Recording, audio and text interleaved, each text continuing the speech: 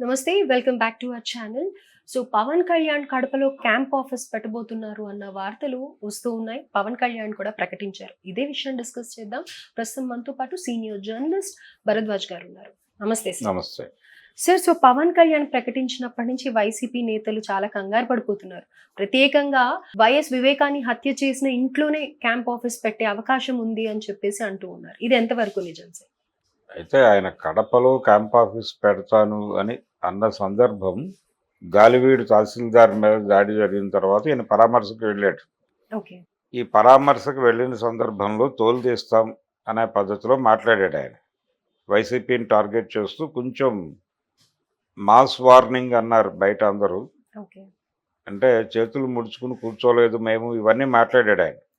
మాట్లాడటం ద్వారా కొంత హీట్ పెంచే ప్రయత్నం చేశాడు. అలాగే ఆయన శాఖల నుంచి, ఆయన నిర్వహిస్తున్నటువంటి శాఖల నుంచి ఏ కార్యక్రమం మొదలైనా దాన్ని కడప నుంచే మొదలు పెడుతున్నాడు ఆయన, రాయలసీమ నుంచే మొదలు పెడుతున్నాడు. ఇలా ఈయన అధికారంలోకి వచ్చిన తర్వాత తరచూ రాయలసీమ పర్యటన చేస్తున్నాడు. చేయటానికి కారణం ఏమిటి అనేది ఒక్కసారి వెనకాలకి వెళ్ళి చూస్తే, అంటే వైసీపీ మీద దాడి చేయటం మాత్రమే కాదు, ఇక్కడ ఆయనకు ఒక ప్రత్యేకమైన వ్యూహం ఉంది పవన్ కళ్యాణ్కి. అంటే జనసేన పార్టీకి రాయలసీమలో పెద్దగా బలం లేదు అనేది వాస్తవం. 2 సీట్లు వాళ్ళు గెలుచుకున్నప్పటికీ బలం తక్కువ ఉంది రాయలసీమలో కంపారిటివ్గా కోస్తాంధ్రతో పోలిస్తే. ఇది ఆంధ్రప్రదేశ్ వ్యాపిత పార్టీ జనసేన అనేది.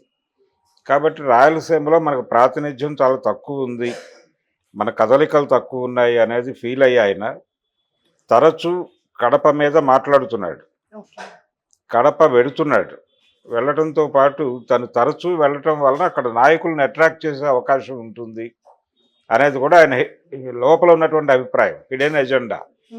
ఆ హిడెన్ ఎజెండాతో తరచూ ఆయన రాయలసీమ విజిట్ చేస్తున్నాడు. ఆయన అంటే రాయలసీమలో వైసీపీకి గట్టి పట్టు ఉంది అనేది ఇప్పటివరకు నడిచినటువంటి పద్ధతి. అయితే మొన్న జరిగినటువంటి ఎన్నికల్లో ఆ ప్రాంతంలో కూడా వాళ్ళు పెద్దగా ప్రభావం చూపలేకపోయారు. రాయలసీమలో కూడా వైసీపీకి ఒరిగింది ఏమీ లేదు. అందుకని ఈ వీక్ అయింది ఈ పార్టీ, ఈ వీక్ అయినటువంటి టైంలోనే మనం మన పార్టీని స్ట్రెంగ్థెన్ చేసుకోవాలి అని పవన్ కళ్యాణ్ అనుకుంటున్నాడు.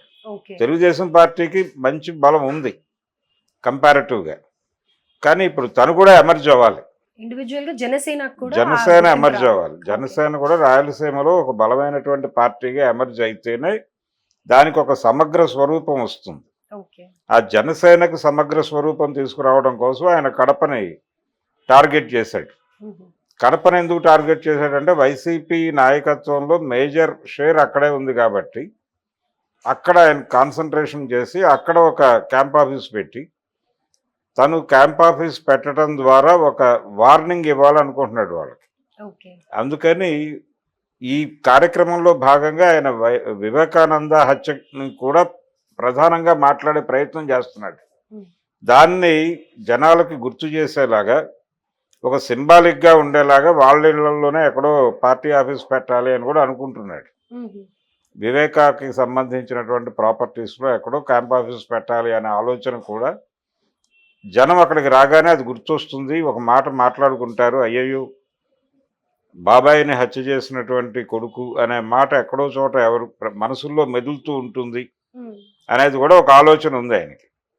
ఇలా జగన్మోహన్ రెడ్డిని టార్గెట్ చేసి, జగన్మోహన్ రెడ్డి తెలుగుదేశం అలాగే వైసీపీ తెలుగుదేశం 2 పార్టీలకి ప్యారలల్గా తన పార్టీ కూడా ఎదగాలి, అప్పుడు తన షేర్ పెరుగుతుంది, అధికారంలో తన షేర్ కూడా పెరుగుతుంది. కూటమితో కొనసాగచ్చు ఆయన, వచ్చే ఎన్నికల్లో కూడా కూటమితో కొనసాగినప్పటికీ షేర్ పెరుగుతుంది. మొన్నట్లాగా 21 సీట్లు అలా ఇచ్చి క్లోజ్ చేయటం ఉండదు, ఇంకొంచెం ఎక్కువ షేర్ ఇస్తారు.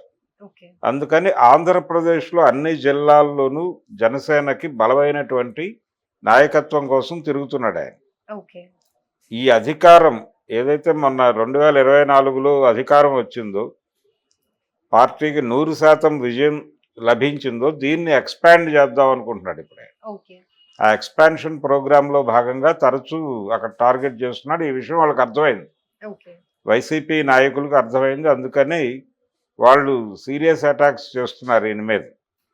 బలంగా మాట్లాడుతున్నారు, ఘర్షణకు దిగేటువంటి పరిస్థితి ఉంది. దాన్ని ఎదుర్కోవడానికి ఈయన కూడా సిద్ధపడుతున్నాడు. ఓకే. సిద్ధపడి తరచూ అక్కడికి వెడుతున్నాడు. మన గాలివీడి ఇన్సిడెంట్లో ఇమ్మీడియట్గా రెస్పాండ్ అయ్యి అక్కడికి వెళ్ళాడు. ఓకే. వెళ్ళి వాళ్ళకు వార్నింగ్ ఇవ్వటం, తోలు తీస్తాం, మీరు తోలు తీయండి చూస్తాం అన్నాడు ఆ ప్రాంతపు మాజీ ఎమ్మెల్యే. ఆయన మాత్రమే కాదు, అవినాష్ రెడ్డి కూడా మాట్లాడాడు పవన్ కళ్యాణ్ మీద. జగన్ ఈ మధ్యకాలంలో పవన్ గురించి మాట్లాడటం తగ్గించాడు. రేపు ఏదో ఒక ప్రెస్ మీట్లో ఆయన కూడా నోరు తెరిచే అవకాశం ఉంది. ఓకే. అందుకని పవన్ కళ్యాణ్ ఇక్కడేదో జగన్మోహన్ రెడ్డిని ఏదో టార్గెట్ చేయటమో మరొకటో కాదు, టార్గెట్ చేయటం కూడా ఉంది. దానికంటే కూడా ప్రధానమైనటువంటి ఇష్యూ, ఆయన రాయలసీమలో తన పార్టీ ఉనికిని చాటాలి అనుకుంటున్నాడు. వచ్చే ఎన్నికల నాటికి అక్కడ కూడా ఎక్కువ ప్రాతినిధ్యం ఉమ్. పొందాలి, కనీసం 10 సీట్లు గెలుచుకోవాలి అనేటువంటి మూడ్లో ఉన్నాడు ఆయన. ఓకే. అందుకోసం ఈ హడావిడంతా చేస్తున్నాడు ఈ right. Camp only office. Janasena party బలం పుంజుకోవాలి అనే తప్ప అక్కడ నేతలు వైఎస్ఆర్సీపీ నేతల్ని కానీ వేరే వాళ్ళని కానీ కంట్రోల్ చేయడానికి అనేది అయితే అవాస్తవం. లేదు, కంట్రోల్ చేయటం అనేది ఆటోమేటిక్గా ఉంటుంది. తను ఉంటుంది, ఎప్పుడైతే ఓకే. అక్కడ ప్రెజెన్స్ ఉందో అక్కడ నాయకుల్ని అట్రాక్ట్ చేయాలని చూస్తున్నాడు ఈయన. రైట్. ఓకే. అంటే ఇతర పార్టీల నుంచి నాయకులు వస్తారు తను ఎక్కువగా అక్కడ తిరిగితే. అది ప్రోగ్రామ్. రైట్. తెలుగుదేశం నుంచి రావచ్చు, లేకపోతే గతంలో రాజకీయాల్లో యాక్టివ్గా ఉండి ప్రస్తుతం ఇన్యాక్టివ్గా ఉంటున్న వాళ్ళు కావచ్చు, ఎవరైనా కానీ ఇటువైపు కదులుతారు, వచ్చి కలుస్తారు. కలిసినప్పుడు వాళ్ళకి బాధ్యతలు అప్పచెప్పడం ద్వారా అక్కడ పార్టీ మళ్ళీ మొదలవుతుంది. రైట్. అందుకోసం తిరుగుతున్నాడు ఈయన. అది టార్గెట్. రైట్. వైసీపీ నుంచి కూడా ఎవరైనా వస్తే చేర్చేసుకుంటాడు ఆయన రాయలసీమలో. ఓకే. అందుకని అక్కడ క్యాంప్ ఆఫీస్ పెట్టడం, ఈ హడావిడంతా అందుకు చేస్తున్నాడు ఆయన.